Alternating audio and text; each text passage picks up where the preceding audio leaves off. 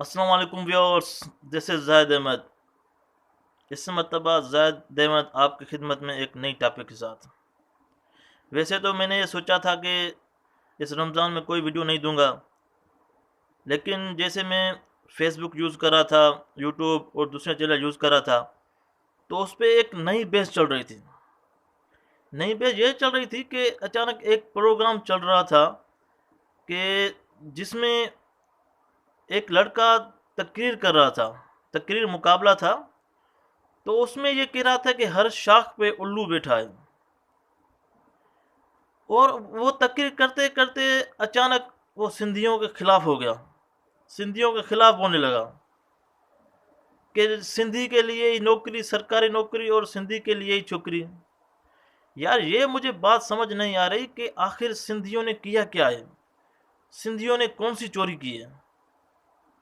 اور یہی بات چل رہی تھی کہ اس کے ساتھ ساتھ ایک فیس بک میں ایک انکل آ گیا، وہ بھی سندھیوں کے خلاف بول رہا تھا کہ اقرار حسن اور جو سعید غنی کے بیچ میں جو جنگ چل رہی تھی، ان دونوں کے خلاف اس کا اچانک ایک الگ بیان آ گیا کہ سندھی ایسی قوم ہے، سندھی جنگجو قوم نہیں ہے۔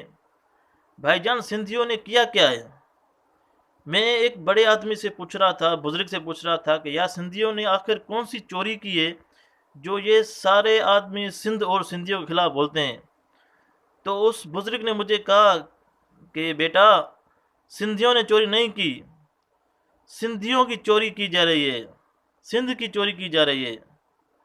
جس کے پاس پیسہ ہوتا ہے، جو سکھی آدمی ہوتا ہے، جو سکھی گھر ہوتا ہے، تو چور بھی اسی گھر پہ ڈاکہ ڈالتا ہے اور اسی آدمی کی چوری کی جاتی ہے۔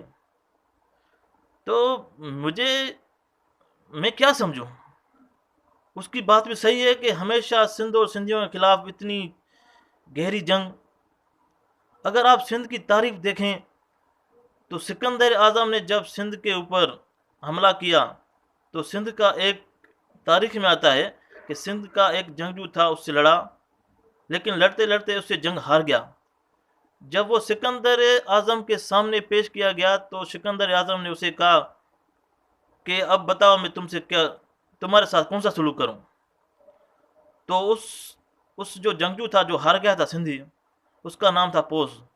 اس نے کہا جو ایک لیڈر دوسرے لیڈر کے ساتھ کرتا ہے، وہ سکندر اعظم کے سامنے نہیں ڈرا تھا۔ تو سکندر اعظم نے کہا یار تو بڑی بات کر رہا ہے۔ تو سکندر اعظم نے اس کو معاف کر دیا اور اس کو اس کی حکومت دے دی۔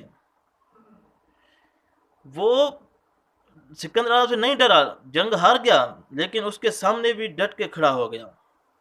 وہ خود کو پیش کر رہا تھا کہ جو تم کر سکتے وہ کرو، میں تو ہار گیا ہوں۔ لیکن اس کے ساتھ ساتھ وہ لڑا تھا، وہ ہار کے بھی جیت گیا۔ جیسے کہتے ہیں ہار کر جیتنے والے کو بازیگر کہتے ہیں۔ اور اس کے بعد دوسری تاریخ بھی ہے کہ عربوں نے بھی سندھ کے اوپر حملہ کیا، لیکن میں اس کا شکر ادا کرتا ہوں اللہ پاک سے کہ اس کی وجہ سے ہمیں ایک اسلام کی دولت نصیب ہوئی۔ اور آپ دیکھیں کہ سندھی جنگجو تھے، لڑتے تھے، پٹھانوں نے بھی حملہ کیا ہے، لیکن سندھیوں نے کبھی حملہ نہیں کیا ہے، کیونکہ سندھیوں کے پاس ہر چیز موجود ہے، اللہ کی نعمت موجود ہے، وہ شکر ادا کرتے ہیں، وہ اپنا ڈیفینس کرتے ہیں، ہار بھی جاتے ہیں لیکن لڑتے ہیں، لیکن کسی کے اوپر حملہ نہیں کرتے، کیونکہ وہ ایک تہذیب والی قوم ہے۔ 5000 سال پرانی تہذیب ہماری۔ آپ دیکھیں انگریزوں نے جب حملہ کیا تو انگریزوں نے بر صغیر میں جو سب سے آخری جو علاقہ فتح کیا ہے وہ سندھ کا ہے، لیکن اس میں بھی اس کو فتح اچھی نصیب نہیں ہوئی، کیونکہ پیر پگارو اس سے لڑتا رہا۔ آپ دیکھیں کہ یہ ویڈیوز ہیں، میں نے ایک خطاب سنا تھا ڈاکٹر اسرار کا، جو سندھیوں کی تعریف کر رہا تھا، وہ سندھیوں کی بڑی تعریف کر رہا تھا کہ سندھ واحد قوم ہے جو لڑی تھی اس سے، ہر جماعت، پیر پاگاروں کے حزب ہر جماعت، سندھی جماعت تھی، وہ اس سے لڑی تھی، انہوں کو ٹوٹے چبائے تھے۔ وہ جب اس کو ایک سازش سے پیر پاگاروں کو گرفتار کیا گیا اور اس کو پھانسی کی سزا سنائی گئی، تو آخر میں ایک انگریز نے پیر پگاروں کے پاس گیا اور اس کے ساتھ شطرنج کھیلی، اور وہ پیر پگارو سندھی تھا، وہ اس سے شطرنج کی بازی جیت گیا۔ آپ دیکھیں کسی بھی آدمی کو جب پھانسی کی سزا ہو تو وہ ڈرتا ہے، لیکن وہ نہیں ڈرا، وہ اس سے شطرنج کی بازی جیت گیا۔ پھر اس کو کہا مجھے چھوڑ دو، مجھے اللہ کی بات کرنی ہے۔ تو آپ دیکھیں سندھ کی اتنی بڑی تاریخ ہے، اور جو انگریز تھا انہوں نے بھی سندھ کو سپورٹ کیا ہے، حکومت تو کی ہے لیکن سندھ کو سپورٹ کیا ہے۔ اور جب وہ حکومت پہ آئے تو انہوں نے کہا کہ لازمی طور پر سارے آدمی کو کہا کہ آپ سندھی سیکھیں، سندھی سیکھیں۔ اتنی سندھ کی بڑی تعریف ہے، اور نہ جانے کیسے لوگ سندھ کے خلاف بولتے ہیں۔ اور میں کیا کیا بتاتا جاؤں، اپنی تعریف میں نہیں کرنا چاہتا، یہ سندھ کی تعریف ہے، سندھ کی تاریخ ہے۔ مجھے تو چھوٹی سی نالج ہے، آپ کتاب کھول کے دیکھیں، بڑے بڑے آدمی کو سنیں کہ آپ کو سندھ کی بڑی تاریخ ملے گی۔ سندھ واحد صوبہ ہے جس میں مونجو دڑو ہے جو 5000 پرانا ہے، وہ ہمیں تہذیب سکھاتا ہے، اچھی تہذیب۔ آج کل انگریز بھی اس سے سیکھتا ہے، ہم بھی اس سے سیکھتے ہیں۔ انہوں سے ہمیں پتہ چلا کہ انوینشن کیا ہوتی ہے، کیسے رہا جاتا ہے، پہیا اس کی ایجاد ہے، اور نہ جانے کیا کیا ہے۔ یہ سندھ کا علاقہ ہے، یہ ہمیں سکھاتے ہیں۔ کیسے کہتے ہیں کہ ہم سست کاہل قوم ہیں، ہمیں کچھ نہیں آتا، ہمیں سب کچھ آتا ہے، اللہ کی نعمت ہے یہ، ہم شکر ادا کرتے ہیں۔ اور میں آپ کو یہ بات بتانا چلوں کہ حضرت علی رضی اللہ عنہ کا قول ہے کہ کسی آدمی کو اپنی صفائی پیش مت کرو، اگر اس کو یقین ہے تو تمہاری صفائی کی ضرورت نہیں، اگر یقین نہیں تو کتنی بھی صفائی پیش کرو گے وہ نہیں مانے گا۔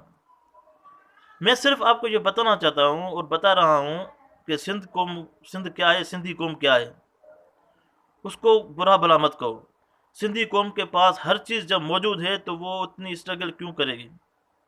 اللہ کی ہر نعمت ہے، جو چاہے اس کے پاس ہے، ہر چیز ہے، پانی ہے۔ آپ دیکھیے کہ پورے پاکستان سے آپ دیکھیں گے کہ آپ کو آدمی ملیں گے جو کمانے کے لیے، روزی روٹی کمانے کے لیے دوسرے ملک میں جاتے ہیں، لیکن سندھ میں آتے ہیں۔ سندھی لوگ کم ہی جاتے ہیں، وہ سندھ پہ آتے ہیں، دوسرے لوگ کمانے کے لیے، اپنے بچوں کو روزی روٹی کھلانے کے لیے آتے ہیں۔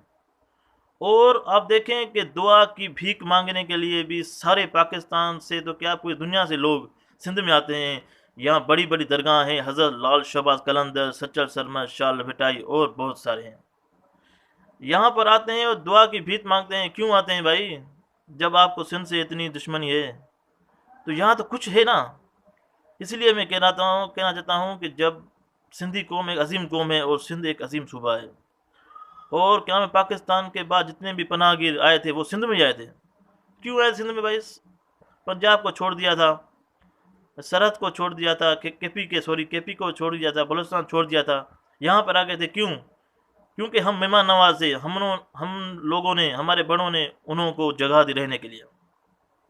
اور آخری بات میں اپنی ویڈیو ختم کرتا ہوں کہ میں اپنے سندھ کے سیاستدانوں کو بھی کہنا چاہوں گا کہ اپنے صوبے کے چھوٹے چھوٹے شہروں پر بھی اور گاؤں پر بھی توجہ دو، بجٹ خرچ کرو، اور اس کو سہولتیں دو، سڑکیں بنواؤ، صفائی کرواؤ، اس لیے کہ دوسرے آدمی انگلی نہ اٹھا سکے۔ اگر یہ میرا ذاتی خیال تھا، اگر کسی کو کوئی برا لگے تو پلیز معاف کیجیے، اور اگر سچ سمجھے تو میرے اس ویڈیو کو لائک کیجیے، سبسکرائب کیجیے۔ السلام علیکم۔